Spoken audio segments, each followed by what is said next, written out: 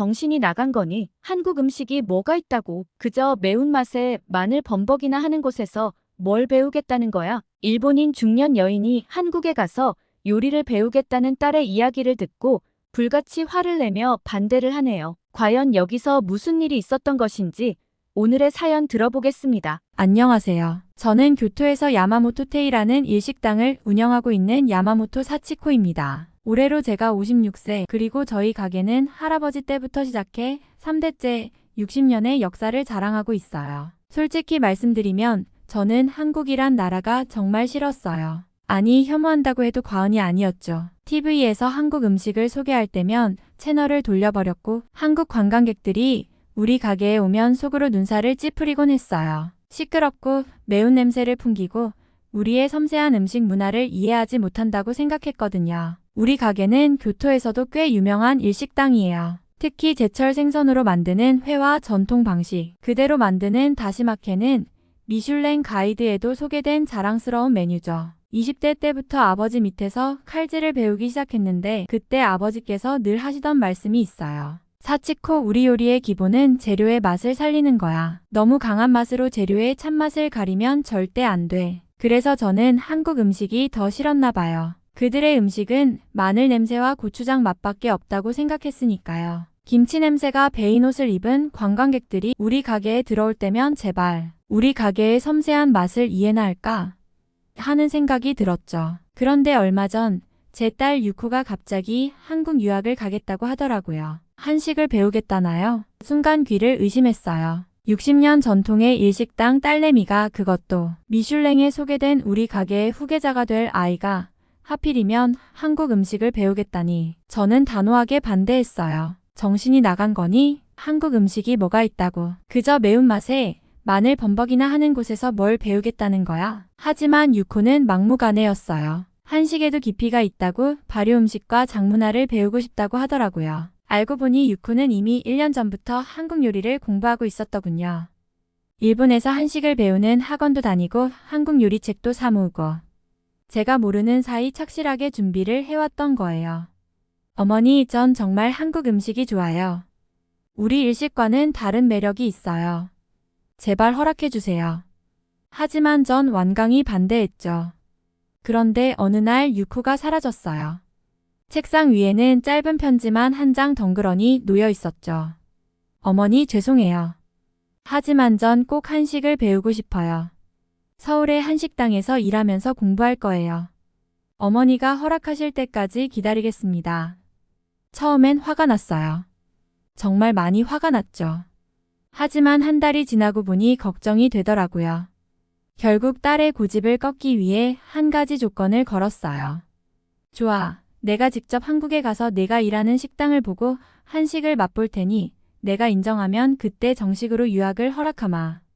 한국행 비행기를 탈 때까지도 마음이 불편했어요. 딸아이는 한 달 전에 먼저 서울로 떠났고 저는 혼자 김포공항에 도착했죠. 유코가 공항으로 마중 나왔는데 한 달 만에 보는 딸이 어쩐지 달라 보였어요. 표정이 밝았고 자신감이 넘쳐 보였달까요? 어머니, 제가 일하는 한식당으로 가요. 오늘 저녁 손님도 받기로 했거든요. 딸이 일한다는 레스토랑은 서울 삼청동에 있었어요. 한옥을 개조해서 만든 모던한 한식당이었는데 일단 외관부터 제 생각과는 달랐어요. 시끄럽고 번잡한 분위기일 거라고 생각했는데 차분하고 고급스러웠거든요. 자, 어머니, 오늘은 특별히 코스로 준비했어요. 첫 번째로 나온 건 전복죽이었어요. 은은한 전복향이 코끝을 스쳤고 한 숟가락 먹어보니 묘한 감동이 밀려왔어요. 다시마로 우려낸 육수의 깊이가 느껴졌고 전복은 부드러우면서도 쫄깃했죠. 무엇보다 놀라웠던 건 이 죽이 우리 가게의 다시마케처럼 재료 본연의 맛을 살리고 있다는 거였어요. 어머니, 이건 발효한 물김치예요. 다음으로 나온 물김치는 더 충격적이었어요. 마늘이나 고추를 범벅해서 맵고 자극적일 거라고 생각했는데 은은한 신맛과 단맛이 조화롭게 어우러져 있었거든요. 발효의 깊이가 느껴지는 맛이었어요.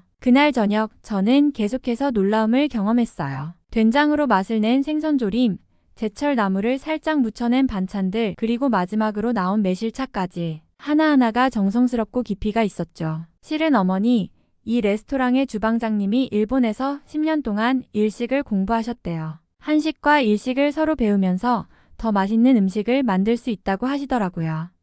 그 말을 듣는 순간 제 마음속에 있던 벽이 조금씩 허물어지는 걸 느꼈어요. 어쩌면 제가 한식을 너무 모르고 판단했던 걸까요? 딸의 표정을 보니 제 마음이 조금 읽힌 듯 했어요. 내일은 어머니, 제가 꼭 모시고 가고 싶은 곳이 있어요. 광장시장에 가요. 거기서 진짜 서민들의 한식을 맛보셔야 해요. 그렇게 저는 딸과 함께 또 다른 한식의 세계로 발걸음을 옮기게 됐어요. 다음날 아침 유코는 저를 광장시장으로 데려갔어요. 우리 교토의 니시키 시장과는 또 다른 활기가 넘치는 곳이었죠. 시장 안으로 들어서자 온갖 맛있는 냄새가 코끝을 자극했어요. 솔직히 처음에는 좀 당황스러웠어요. 사람들로 북적이는 시장 통로는 좁았고 목소리도 크고 냄새도 강했거든요. 어머니, 여기 칼국수 할머니가 40년째 같은 맛을 내신대요. 꼭 드셔보셔야 해요. 유코가 데려간 곳은 시장 한복판의 자그마한 가게였어요. 할머니 혼자서 칼국수를 만드시는데 반죽을 밀고 칼로 면을 치는 모습이 무척 인상적이었어요. 특히 육수를 내실 때 할머니의 표정이 사뭇 진지하더라고요. 아이고, 일본에서 오셨어요? 우리 음식이 입에 맞을란가 모르겠네. 걱정스러운 표정으로 말씀하시던 할머니는 저희에게 특별히 신경 써서 음식을 내오셨어요. 그런데 그 칼국수 한 그릇이 저를 완전히 사로잡았어요. 면은 쫄깃하면서도 부드러웠고 그 육수는 정말 특별했어요. 할머니, 이 육수는 어떻게 만드시는 거예요? 비법이라고 할 것도 없어요. 그저 매일 아침 조개를 삶고 멸치랑 다시마로 육수를 내는 건데 40년을 했더니 이런 맛이 되더라고요. 할머니의 말씀에서 저는 깊은 울림을 느꼈어요. 그저 40년이라고 하시지만 그 세월 동안 하루도 빼먹지 않고 정성을 다해 육수를 낸다는 게 얼마나 대단한 일인가요? 우리 가게의 다시마캐처럼요. 이모님, 여기 두분 비빔국수도 하나 드려보세요. 옆 가게 아주머니가 갑자기 국수를 건네시는 거예요. 손님도 아닌데 말이죠. 아이고, 일본에서 온 손님이 우리 음식을 먹으러 왔다고 하니 기특해서요. 이것도 드셔보세요. 김치를 담그신다는 다른 아주머니도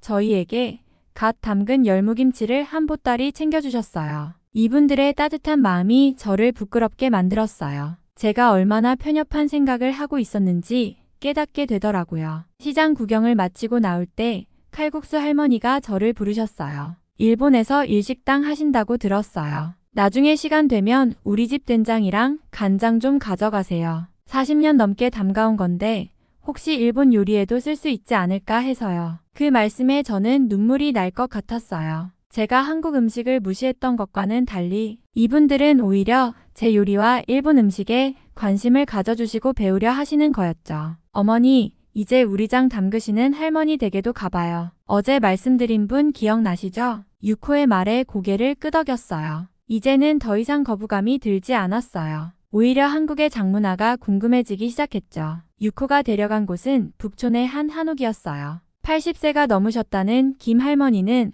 40년 된 간장을 보관하고 계시다는 분이었죠. 한옥 마당에 들어서자마자 발효된 장의 깊은 향이 코끝을 스쳤어요. 어서 오세요. 일본에서 오셨다고 해서 기다리고 있었어요. 할머니의 뜰 한쪽에는 장독대가 가지런히 놓여 있었어요. 크기도 모양도 다른 수십 개의 장독들, 마치 작은 박물관 같았죠. 이쪽은 간장, 저쪽은 된장이에요. 장독마다 담근 해가 달라서 맛이 다 달라요. 마치 와인처럼요. 할머니는 조심스럽게 오래된 장독 하나를 여셨어요. 40년 된 간장이라고 하셨죠. 진한 갈색의 간장은 마치 오래된 와인처럼 깊은 빛깔을 띠고 있었어요. 이걸로 만든 국수 한 그릇 드셔보실래요? 할머니가 직접 만드신 국수는 놀라웠어요. 간장 하나로 이런 깊은 맛이 날 수 있다니. 40년의 세월이 고스란히 녹아있는 맛이었죠. 우리 가게의 다시마캐와는 또 다른 깊이가 있었어요. 장을 담그는 건 시간과의 싸움이에요. 매일 아침 저녁으로 장독을 살피고 날씨를 체크하고 하늘과 땅 그리고 시간이 빚어내는 맛이죠. 할머니의 말씀에 절로 고개가 끄덕여졌어요. 발효식품을 다루는 일본 요리사로서 그 말씀이 가슴 깊이 와닿았거든요. 할머니, 된장은 어떻게 담그시는 거예요? 제 질문에 할머니는 환히 웃으시더니 장독대 앞에 앉으라고 하셨어요. 매주 만드는 과정부터 소금물의 농도, 발효 시기까지 할머니는 아낌없이 비법을 알려주셨죠. 사실 비법이랄 것도 없어요. 정성이지. 매일 아침 장독을 열고 닦아주고 말 걸어주고 40년을 그렇게 했더니 장독이 내 마음을 알아주더라고. 그때였어요. 제가 왜 이렇게 오랫동안 한국 음식을 거부했는지 깨달은 게 결국 음식은 국적이 없는 거였어요. 정성과 시간, 그리고 장인 정신. 이건 어느 나라 음식이든 똑같은 거였죠. 할머니 제가 좀 교만했던 것 같아요. 눈시울이 붉어진 저를 보며 할머니는 따뜻하게 미소 지으셨어요. 괜찮아요. 이제 알았으니까. 그런데 말이에요. 혹시 일본의 간장으로 우리 비빔국수를 만들어 보면 어떨까요? 서로의 맛이 어우러지면 더 멋진 맛이 날 것 같은데 할머니의 그 한마디가 제 마음속 마지막 벽을 무너뜨렸어요. 유코를 바라보니 딸아이도 눈물이 그렁그렁한 채로 저를 보고 있더라고요. 그날 저녁 할머니는 저희에게 직접 담그신 된장과 간장을 작은 항아리에 담아 선물해 주셨어요. 이따금 주방에서 요리하다가 이 맛이 생각나시면 한국의 할머니 생각도 나겠죠? 이제 저는 결심했어요. 우리 가게에서 이 간장으로 새로운 요리를 만들어 볼 거예요. 유코의 유학도 허락하기로 했고요. 어쩌면 우리 모녀가 함께 한일 양국의 맛을 담은 새로운 요리를 만들어낼 수 있지 않을까요? 한국에서 돌아온 후 저는 우리 가게에 조금씩 변화를 주기 시작했어요. 김 할머니가 주신 간장으로 새로운 요리를 개발하기 시작했죠. 물론 쉽지는 않았어요. 60년 동안 한 번도 바뀌지 않았던 메뉴를 바꾼다는 건, 그것도 한국의 맛을 입힌다는 건 큰 도전이었으니까요. 사치코 갑자기 왜 이러는 거야? 아버지의 반대가 제일 심했어요. 전통을 중시하시는 아버지께서는 한국 간장을 쓴다는 것 자체를 못마땅해 하셨죠. 하지만 저는 한 가지 확신이 있었어요. 맛있는 음식에는 국경이 없다는 것, 그리고 서로의 좋은 점을 배우면 더 좋은 음식이 된다는 걸 한국에서 배웠거든요. 아버지 한 번만 드셔보세요. 제가 처음 만든 건 한국 간장을 활용한 새로운 스타일의 생선 조림이었어요. 40년 된 간장의 깊은 맛과 일본식 다시마 육수를 조합했죠. 처음에는 반신반의하시던 아버지도 한 입 드시고는 잠깐 말씀을 못 하시더라고요. 이건 분명 우리 가게 맛인데 뭔가 더 깊이가 있어. 그 후로 단골 손님들의 반응도 달라지기 시작했어요. 특히 은은한 감칠맛이 일품이라고들 하셨죠. 비결이 뭐냐고 물으시면 저는 살짝 웃으며 대답했어요. 한국 할머니의 40년 된 간장이에요. 놀라워하시는 손님들께 저는 한국에서의 경험을 들려드렸어요. 시장의 칼국수 할머니, 장독대 앞에서 들었던 이야기들. 그러면 손님들도 점차 이해하시더라고요. 역시 음식은 마음이 중요한가 봐요. 사치코 씨의 요리에서 그 마음이 느껴져요. 석 달이 지난 어느 날 유코에게서 전화가 왔어요. 어머니, 한국에서 배운 비법이 있는데 우리 가게 다시마케와 콜라보해보면 어떨까요? 유코는 한국의 전통 육수와 우리 집 다시마케를 접목한 새로운 요리를 제안했어요. 처음엔 망설여졌지만 이제는 두렵지 않았어요. 오히려 설렜죠. 오늘은 유코가 돌아오는 날이에요. 벌써 아침부터 가슴이 두근거리네요. 유코가 한국에서 보낸 된장과 고추장으로 이것저것 시도해본 요리들이 주방 한켠에 준비되어 있어요. 딸아이가 보고 어떤 반응을 보일지 궁금하네요. 사치코, 이제 우리 가게도 변화가 필요한 때인가 보네. 며칠 전 아버지께서 처음으로 이런 말씀을 하셨어요. 60년 전통을 고집하시던 아버지께서 변화를 받아들이신다는 게 놀라웠죠. 할아버지 때부터 이어온 전통을 잃을까봐 걱정하시는 줄 알았는데 오히려 기대하시는 것 같더라고요. 사치코가 한국에서 배운 것처럼 우리도 이제 새로운 맛을 배워보자고. 아버지의 이 말씀에 저는 눈물이 날 것 같았어요. 제가 한국에서 깨달은 것처럼 아버지도 서서히 마음을 열어가시는 것 같았거든요. 어머니, 우리 가게만의 특별한 된장찌개를 만들어보면 어떨까요? 일본 다시마케의 깊은 맛을 살리면서요. 어제 전화로 한 유코의 말이 계속 머릿속에 맴돌아요. 예전에 저였다면 상상도 못했을 일이지만 지금은 설레는 마음으로 그날을 기다리고 있어요. 우리 야마모토 테이가 새로운 변화를 시작하려고 해요. 60년 전통의 맛을 지키면서도 새로운 도전을 시작하려고요. 한국의 깊이 있는 맛과 일본의 섬세한 맛이 만나면 분명 특별한 무언가가 탄생할 거예요. 이제는 알겠어요. 음식에는 국경이 없다는 걸요. 서로를 이해하고 배우다 보면 더 풍성한 맛이 만들어진다는 것도요. 한국에서 만난 따뜻한 정과 깊이 있는 맛을 생각하면 앞으로의 도전이 더욱 기대돼요. 저희의 새로운 도전은 이제 막 시작이에요. 유코와 함께 어떤 요리를 만들어낼지, 어떤 손님들을 만나게 될지 정말 궁금해요. 한 가지 확실한 건 이제 우리 가게에서 한국의 맛을 물어보시는 손님들께 자신 있게 말씀드릴 수 있다는 거예요. 네, 저희도 이제 한국의 맛을 배우고 있답니다. 한국의 장맛과 일본의 다시마케가 만나면 어떤 멋진 맛이 될지 기대해주세요. 이 사연을 쓰면서 문득 깨달았어요. 제가 한국에 가지 않았다면, 딸의 꿈을 이해하지 못했다면 이런 새로운 시작도 없었겠죠. 때로는 우리의 편견을 버리고 한 걸음 내딛는 용기가 필요한 것 같아요. 그래야 더 넓은 세상, 더 깊은 맛을 알 수 있으니까요. 오늘부터 시작될 우리 모녀의 새로운 도전이 정말 기대돼요. 들어주셔서 감사합니다. 오늘 사연은 일본 교토에서 사치코 씨가 보내온 사연을 전해드렸습니다. 사연 보내준 사치코 씨에게 감사드리고 영상 시청해주신 시청자님들과 구독자님들께도 감사드립니다. 오늘의 이야기가 마음에 드셨다면 구독과 좋아요 부탁드립니다.